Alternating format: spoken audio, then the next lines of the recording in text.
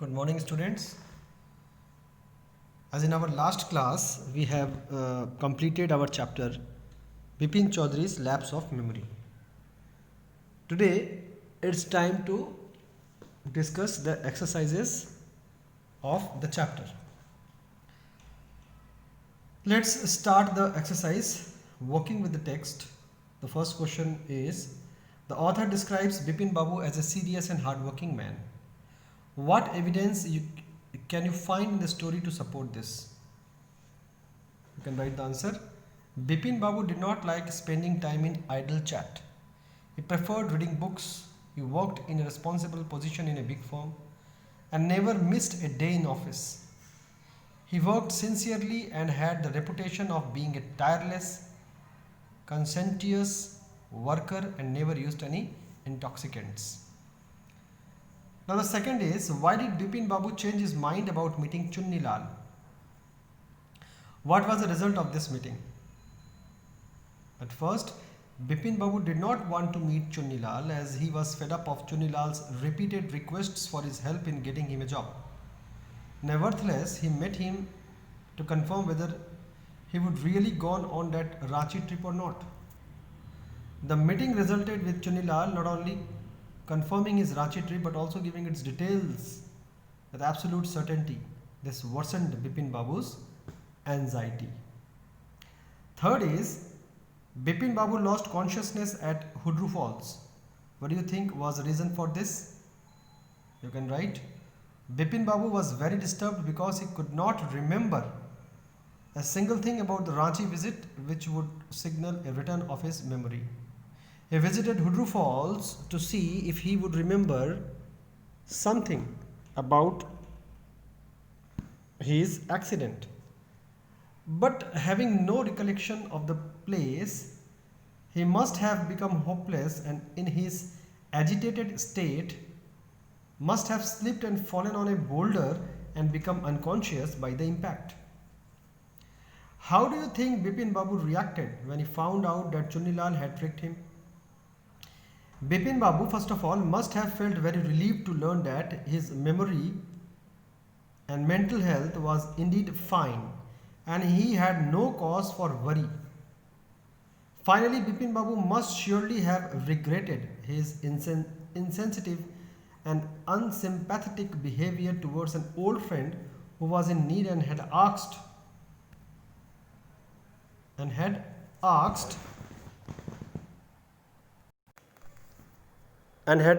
for his help. It is not visible, but you will write for his help. Okay. Now students, ये तो आप notebook में उतारना ही है वर्ड मीनिंग्स के बाद. And after that there are many questions related to language, working with language. Now students, this portion I do not actually want to send you the solution of this language portion, because language portion should be a little bit discussed and then should be done, because only giving you the solutions of this language portion will not help you in improving your language. So I will not discuss about it. I will not share the solution of this particular working with language portion to you. What you have to do, there is a homework for you. Listen carefully. Your homework is speaking and writing. Students, as you can see in your textbook, देखो आपको working with language तो फिलहाल छोड़ देना है. I mean आप जितना खुद से कर सको confidently you can do it. Obviously you are free to do, but you are not compelled to do it. आपको मतलब आपके लिए कंपल्शन नहीं है कि आपको वर्किंग विद लैंग्वेज अभी करना है. स्पीकिंग एंड राइटिंग पोर्शन जो है, जो आप अपने टेक्स्ट बुक में देख सकते हो, उसमें 1, 2 और 2 क्वेश्चन हैं. फर्स्ट क्वेश्चन का एक ही पार्ट है, सेकेंड क्वेश्चन के 2 पार्ट हैं. तो देखो पहला क्वेश्चन क्या है कि what do you think happened after Bipin Babu came to know that truth? Was he angry with his friend for playing such a trick on him, और do you think he decided to help a friend in need? ये answer आप खुद से लिखोगे. Easy है question, आप खुद से ट्राई करोगे इसको. तो स्पीकिंग एंड राइटिंग का 1 नंबर आपका होमवर्क है. Please don't use advisor or any other guidebook to do it. Write your own answer. Question 2 है, imagine you are Bipin Chaudhary. You have received Chunilal's letter and feel ashamed that you did not bother to help an old friend down on his luck. Now you want to do something for him. Write letter to Chunilal promising to help him soon. ये भी आपका homework है. आपको अपने आप को बिपिन चौधरी मानना है और आप मान लो कि आपको चुनीलाल का कोई लेटर मिला है जिसमें उसने शिकायत की है कि आप कैसे दोस्त हो कि मुसीबत के वक्त आप अपने किसी पुराने दोस्त की मदद नहीं कर रहे हो, तो कैसे दोस्त हो आप. ये जो बात है ये कहीं ना कहीं आपको मतलब आप बिपिन चौधरी और आपको उसका लेटर मिला है दोस्त का जो शिकायत कर रहा है आपसे. अब आप उस शिकायत से आपकी अपनी मानसिकता बदले हो, सही मानसिकता आप में आई है और अब आप अपने दोस्त की मदद करना चाहते हो. तो अपने दोस्त चुन्नीलाल को लेटर लिखो, उसमें ये बताओ कि मैं आपकी मदद करूँगा. ठीक है, तो ये लेटर भी आपको लिखना है. और please again I am repeating, don't use the guide. The third part of the question is, a prank is a childish trick. Do you remember any incident when someone played a prank on you or your friends? Describe the prank in a paragraph. देखो prank ये word आपने कई बार सुना ही होगा. Prank जो है वो किसी के साथ मस्ती करने का एक अंदाज होता है. क्या आपके साथ कभी किसी ने मस्ती की है या आपको कभी उल्लू बनाने की कोशिश की है? भाई ज़्यादा याद नहीं कर सकते तो आपको कम से कम 1 अप्रैल का कोई इंसिडेंट याद हो सकता है. अप्रैल फूल डे के दिन शायद आपके साथ किसी ने कोई मजाक किया हो तो वो भी लिख सकते हो, या और कोई भी दिन का कोई मजाक अगर आपके साथ किसी ने किया हो मजाक. बाद में सब मतलब एक बार के लिए हो सकता है जिसके ऊपर मजाक किया गया वो थोड़ा सा नाराज़ भी हो जाए, पर बाद में सब हल्का फुल्का माहौल हो जाता है ये समझाने के बाद कि भाई मैं तो प्रैंक कर रहा था, मैं तो मजाक कर रहा था. तो आपको एक छोटा सा पैराग्राफ लिखना है जिसमें किसी अन्य व्यक्ति के द्वारा आपके ऊपर किए गए प्रैंक की घटना आपको शेयर करनी है. So students, this 3 questions are your homework. मुझे पता है कि मैं थोड़ा सा आपको ऐसा काम दे रहा हूँ जिसमें आपको थोड़ा सा सोच करके लिखना होगा. You have to think and write. Let it be. आप थोड़ा सा टाइम लो, आराम से सोच करके अपने ओन आंसर्स लिखो. I repeat again, don't copy answers from anywhere. Write your own answers, क्योंकि I do have the advisor book also and I can easily understand after reading your answers that whether you have copied there from not copied from there or not. Okay, so don't do this. Write your own answers. And now we are going to start the poem. So students, जो poem हम अभी start करने वाले हैं that is The Last Bargain, written by Rabindranath Tagore. Now what is bargain? Let's read out. A bargain is an agreement in which both parties promise to do something for each other. Someone is looking for work, waiting to be hired. He strikes a bargain but thinks it worthless. He tries twice again but does not like either.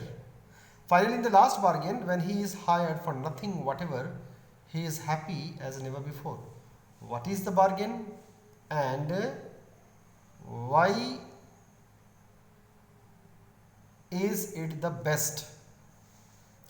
तो students, हम लोग अभी पढ़ने वाले हैं कि bargain. देखो, bargain का मतलब होता है एक ऐसा सहमति पत्र जिसके द्वारा दोनों पार्टीज ये प्रॉमिस करती है कि वो एक दूसरे के लिए कुछ ना कुछ करेंगे.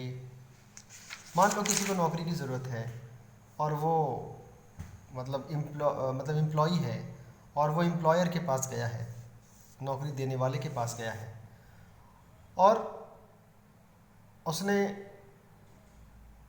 कुछ कहा, अपनी कोई कीमत बताई, लेकिन वो एक्सेप्ट नहीं हुई. उसने दोबारा कोशिश की कहीं और, वो भी एक्सेप्ट नहीं हुई. फाइनली उसकी अर्जी यानी उसको नौकरी जो चाहिए थी वो एक्सेप्ट हुई, लेकिन कंडीशन ये रखी गई कि उसको इसके बदले कुछ नहीं मिलेगा. लेकिन देखो क्या होता है कि वो बहुत खुश हो जाता है उस नौकरी को पा करके.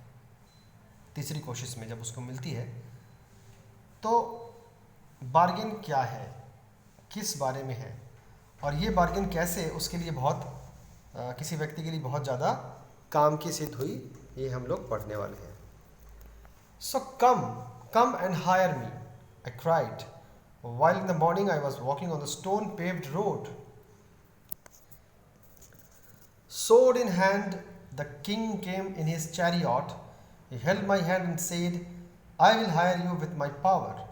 But his power counted for naught, and he went away in the chariot. एक सुबह मैं पथरीले रास्ते के ऊपर खड़ा था या पथरीले रास्ते के ऊपर चल रहा था और चलते चलते चिल्लाता हुआ जा रहा था कि मुझे नौकरी पे रख लो, मुझे नौकरी पे रख लो। कि तभी हाथ में तलवार लिए अपने रथ पर सवार राजा वहाँ पर आए और उन्होंने मेरे हाथों को अपने हाथों में लिया और कहा, मैं अपनी शक्ति अनुसार तुम्हें नौकरी पर रखूँगा। लेकिन बाद में ये देखा गया कि राजा की शक्ति कुछ ही नहीं थी, कुछ भी नहीं थी। In the heat of the midday, the houses stood with shut doors. I wandered along the crooked lane. An old man came out with his bag of gold. He pondered and said, I will hire you with my money. He wetted his coins one by one, but I turned away. उसके बाद धीरे धीरे दोपहर हो गई। दोपहर होने पर मैं अभी भी रास्तों पर चल रहा था। काफ़ी ज़्यादा धूप होने के कारण मैंने देखा कि अधिकांश सभी घरों के दरवाजे बंद हैं।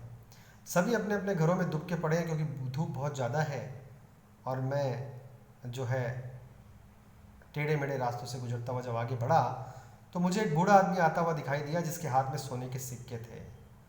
वो भी मेरी पुकार सुना कि मुझे नौकरी चाहिए, तो उसने थोड़ी देर सोचने के बाद ये कहा कि मैं तुम्हें अपने पैसों के बदले में नौकरी देता हूँ। उसने अपने पैसों को गिना या उसका वज़न किया या गिना, लेकिन पोएट की नज़रों में या नौकरी मांगने वाले की नज़रों में वो पैसे काफ़ी नहीं थे जो उसको नौकरी के बदले उसके हिसाब से मिलने चाहिए थे, इसलिए उसने नौकरी को ठुकरा दिया। It was evening. The garden hedge was all aflower. The fair maid came out and said, I will hire you with a smile. Her smile paled and melted into tears, and she went back alone into the dark. Students, फिर क्या हुआ देखो, फिर शाम हो आई और जो है झाड़ियों में छोटे छोटे पेड़ पौधे जो है वो अंधेरे में डूबने लगे। शाम होने पर देखा गया कवि जो है वो चलते चलते एक ऐसे गार्डन के पास पहुंचा जहां बहुत सारे फूल थे। उसने देखा कि वहीं कहीं पास से एक मेड मतलब यहाँ पर आप देखो, वैसे तो मेड का मतलब नौकरानी होता है, लेकिन यहाँ पर मेड का मतलब नौकरानी नहीं, एक साधारण युवती या औरत है। एक औरत कहीं से आती है उस गार्डन के आसपास से और बोलती है कि मैं तुम्हें अपनी स्माइल के बदले, अपनी मुस्कुराहट के बदले नौकरी पर रखती हूँ। उसने मुस्कुराया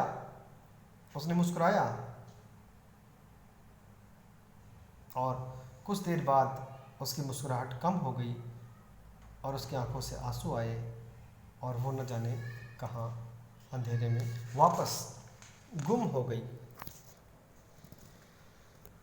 The sun glistened on the sand and the sea waves broke waywardly. A child sat playing with shells. He raised his head and seemed to know me and said, I hire you with nothing. From henceforward, that bargain struck in child's play made me a free man. कितनी गजब की ये poem है और कितनी खूबसूरत इसकी ending है स्टूडेंट्स। एक नौकरी चाहने वाले व्यक्ति को राजा की शक्ति आकर्षित नहीं कर पाई। उसी व्यक्ति को एक बूढ़े व्यक्ति के पैसे भी आकर्षित नहीं कर पाए। एक खूबसूरत औरत की खूबसूरत हंसी भी आकर्षित नहीं कर पाई। लेकिन इस आखिरी पैराग्राफ में, आई मीन स्टैंजा में, ये क्लियर समझाया जा रहा है कि उस आदमी को क्या एक्चुअली आकर्षित करती है। शाम तो जो होने को आई थी। कुछ देर बाद वो आदमी चलते चलते समुद्र किनारे पहुंचा, जहां पर एक छोटा सा बच्चा समुद्री शंखों के साथ, जो सी एनिमल्स होते हैं एक तरह के, उसके साथ खेल रहा था। जब उसने आदमी की आवाज़ सुनी कि उसे नौकरी चाहिए, तो उस बच्चे ने हाथ उठाया, या सर उठाया अपना रादर, और ऐसे देखा जैसे कि वो उन्हें जानता हो, और बोला कि मैं आपको नौकरी पर रखता हूँ, लेकिन उसके बदले में आपको कुछ नहीं दे सकता। ये सुन करके जो है कवि को बहुत ज़्यादा अच्छा लगा। उस बच्चे की नौकरी, उस बच्चे के साथ समय बिताना कवि को सबसे ज़्यादा पवित्र और सबसे ज़्यादा मनोरंजक और संतुष्टिदायक लगा। उसने बच्चे को कहा कि ठीक है, मैं तुम्हारी ही नौकरी करूँगा। और उसके बाद उस बच्चे के साथ खेलने में मसरूफ़ हो गया वो आदमी, और सब कुछ भूल गया। ऐसे ही होते हैं बच्चे, students. Child are like that. बच्चे जो होते हैं उनकी नौकरी कैसी होती है, ये एक माँ को पूछो। अब अपनी मदर को पूछना कि जब आप बहुत छोटे थे, तब आपको जब आपकी मम्मी ने पाल पोस के बड़ा किया, तो कितनी सारी तकलीफ़ें उन्होंने सही जिसकी कोई व्याख्या नहीं हो सकती। So many means problems she has faced in order to bring you up. It's very tough to bring up a child. आपकी मम्मी ही बता सकती है। लेकिन वो फेज़ जो था, वो 2 साल 3 साल के जब तक बच्चे नहीं हो जाते, साल 2 साल 3 साल के नहीं हो जाते, तब तक बहुत परेशानी होती है माँ बाप को।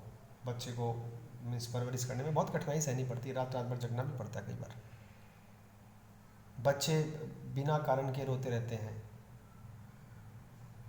उन्हें हमेशा माँ बाप का साथ चाहिए होता है।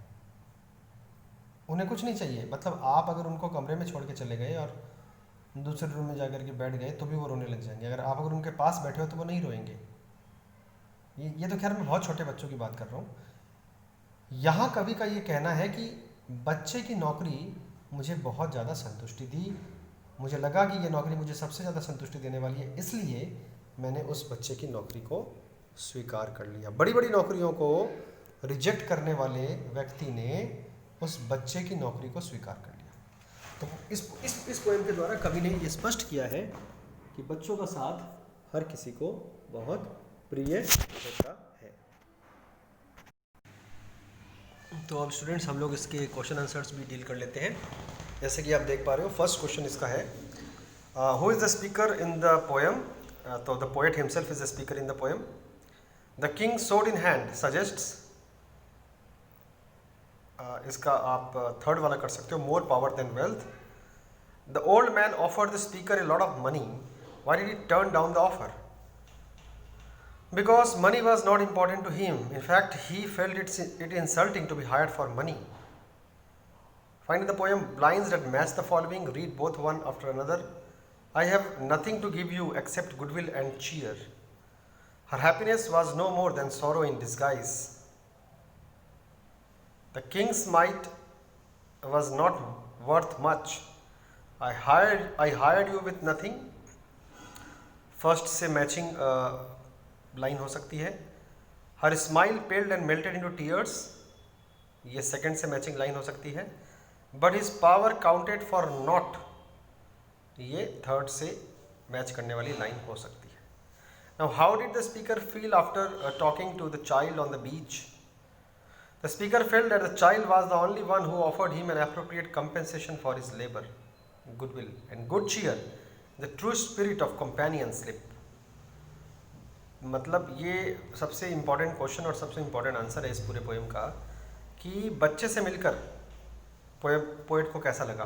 तो बच्चे से मिलकर ही पोएट को ऐसा लगा कि बच्चा ही उनको वो ऑफ़र दे सकता है, वो कीमत दे सकता है उनके काम की जो और कोई नहीं दे सकता। जो कभी मेहनत करेंगे उसके बदले जो उन्हें कॉम्पेंसेशन या उन्हें जो पारिश्रमिक मिलना चाहिए वो एक बच्चा सबसे अच्छा दे सकता है। किस रूप में देगा? गुडविल और गुड चीयर। बच्चे के साथ बिताए हुए पल अविस्मरणीय होते हैं। वो पल जो है पोएट के लिए बहुत बड़ी चीज़ होगी। और गुडविल ऑब्वियसली बच्चा जो होता है वो तो बच्चा तो गुडविल का एक जीता जागता रूप होता है। बच्चे दिल के जितने सच्चे होते हैं शायद ही कोई हो। तो एक सच्चाई जो पोएट को मिलने वाली है, या जो खुशी, एक अनोखी खुशी जो मिलने वाली है बच्चे के सानिध्य की, वही पोएट को चाहिए। और वही पोएट के अनुसार सच्चा या सही, उचित उनके लिए पारिश्रमिक होगा। तो ये सारे आंसर्स हैं, इनको आप नोटबुक में लिख लेना।